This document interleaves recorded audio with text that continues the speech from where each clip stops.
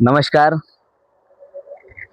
अगदी बीडपासून जवळ असलेली ऐतिहासिक खजाना विहीर, त्या खजाना विहिरीविषयी आज मी तुम्हाला माहिती देणार आहे. आपण नक्कीच हा व्हिडिओ पूर्ण पाहाल आणि माहिती आवडलीच तर अवश्य लाईक सबस्क्राईब माझ्या चॅनलला करावं एवढी विनंती करतो. आपण सखोल माहिती घेऊ.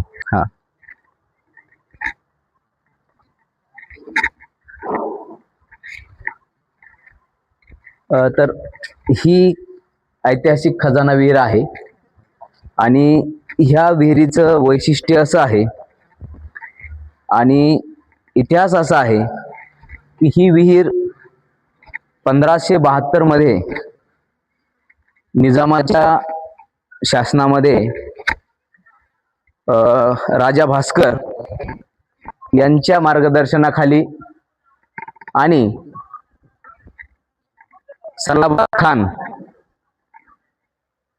यांनी ही विहीर महसूल गोळा करून बांधलेली आहे. सलाबत खान यांनी आजूबाजूच्या परिसरातून जो महसूल गोळा झाला होता, हा महसूल सरकारला न देता, राजाला न देता ह्या विहिरीचे बांधकाम केले होते आणि तो जो महसूल आहे तो महसूल ह्या विहिरीच्या बांधकामासाठी पूर्णपणे संपला होता. म्हणजे तो जो खजाना आहे तो खजाना पूर्णपणे संपला होता. म्हणून ह्या विहिरीचं खजाना विहीर असं नाव पडलेलं आहे. तर पुढची माहिती आपण घेऊ. ह्या विहिरीचे वैशिष्ट्य काय आहेत?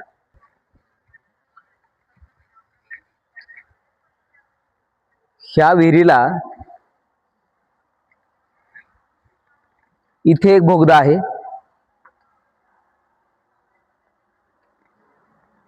हा बोगदा आपण पाहू शकता. त्या बाजूला एक बोगदा आहे आणि समोरून बाजूला म्हणजे ही जी बाजू आहे ही बीडकडे जाणारी आहे, त्या बाजूला देखील एक बोगदा आहे. या बोगद्याचे वैशिष्ट्य तुम्हाला सांगतो.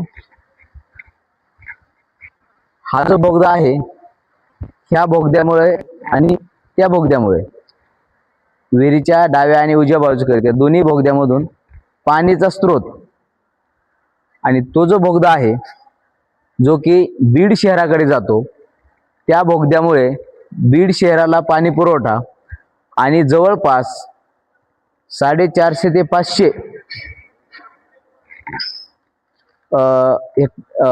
एकर जमीन ह्या विहिरीच्या पाण्याने भिजली जात होती, सिंचनाखाली येत होती.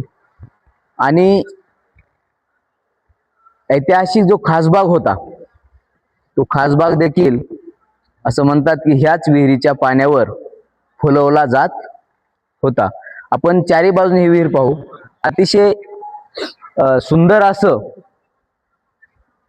त्या काळामध्ये हे जे स्ट्रक्चर उभारलेलं आहे आपण पाहू शकता. असे किती मोठे मोठे, किती मोठा दगड आहे हा. आता पाठीमागं किती लांब असेल हा आपल्याला अंदाज करता येत नाही. तर हा दगड पहा, जवळपास 4.5 ते 5 फूट असेल. अशा मोठ्या आणि मजबूत दगडामध्ये ही चिरबंदी वास्तू बांधलेली आहे. जवळपास 1572 पासून ते आतापर्यंत जशाच्या तशी ही वास्तू टिकून आहे आणि मजबूत आहे. खरं तर सरकारच्या निगराणामध्ये असल्यामुळं ह्या वास्तूचं पुनर्जीवन झालं पाहिजे आणि या वास्तूला टिकवण्यासाठी याच्या आजूबाजूनं जे काही कटाडे असतील किंवा ती वेस आहे, मध्ये येताना आपण वेस पाहिली, ती वेस पडली, तुटलेली आहे. तर ऐतिहासिक वास्तू असल्यामुळे त्या ठिकाणी वेस देखील चांगली झाली पाहिजे. आपण इकडे पाहू. आता हे विहिरीमध्ये जे बसण्यासाठी कटाडे केलेत हे विहिरीच्या मध्ये नसायला पाहिजेत. खरं तर वरच्या बाजूला असले तर काय अडचण नाही, पण अशा गोष्टीपासून शासनाने थोडीशी दक्षता घेऊन ह्या वास्तूला टिकवण्याचं काम करावं आणि ही वास्तू टिकेल असं काम केलं पाहिजे. आपण पाहू शकता एवढं सुंदर पाणी हे 1572 पासून आतापर्यंत ही विहीर कधीच आटलेली नाही. जवळपास 4.5 ते 5 फूट पाणी असेल. आता ही विहीर कधीच आटलेली नाही. 2017 मध्ये जो दुष्काळ पडला होता त्यामध्ये ह्या विहिरीचं पाणी खाली गेलं होतं, पूर्णपणे आटलं नव्हतं. अशी ही विहीर आहे. आणि म्हणून मला एवढंच सांगायचंय की जे नियोजन होतं त्या काळामध्ये अतिशय सुंदर असं नियोजन होतं. अशा पद्धतीचंच नियोजन आत्ताच्या काळामध्ये देखील होणं गरजेचं आहे. शेतकऱ्यांना समृद्ध करण्यासाठी अशा पाण्याची आवश्यकता आहे. जर हे पाणी 1572 पासून आटलं नाही, आज देखील हे पाणी आटू शकत नाही. याचा अर्थ असा होतो की ह्या पाण्याला सिंचनासाठी आपण वापरलं पाहिजे. सिंचनाचं ह्या पाण्यावर जे सिंचन होत होतं ते आता कमी झालेलं आहे. तर त्याकडे देखील जे काय स्थानिक लोक असतील किंवा जे काय स्थानिक सरकार असेल यांनी त्यावर लक्ष दिलं पाहिजे आणि याचा सदुपयोग केला पाहिजे. एवढंच मला या ठिकाणी सांगायचंय. तर नक्कीच आपण ही विहीर पाहिलीत, कशी वाटली, आणि माहितीमध्ये जर काही चुकलं असेल तर आपण नक्कीच त्याच्यावर थोडंसं काय बदल करता येत असेल किंवा दुरुस्त करता येत असेल तर आपण सांगावं. एवढंच बोलतो. जय हिंद, जय महाराष्ट्र.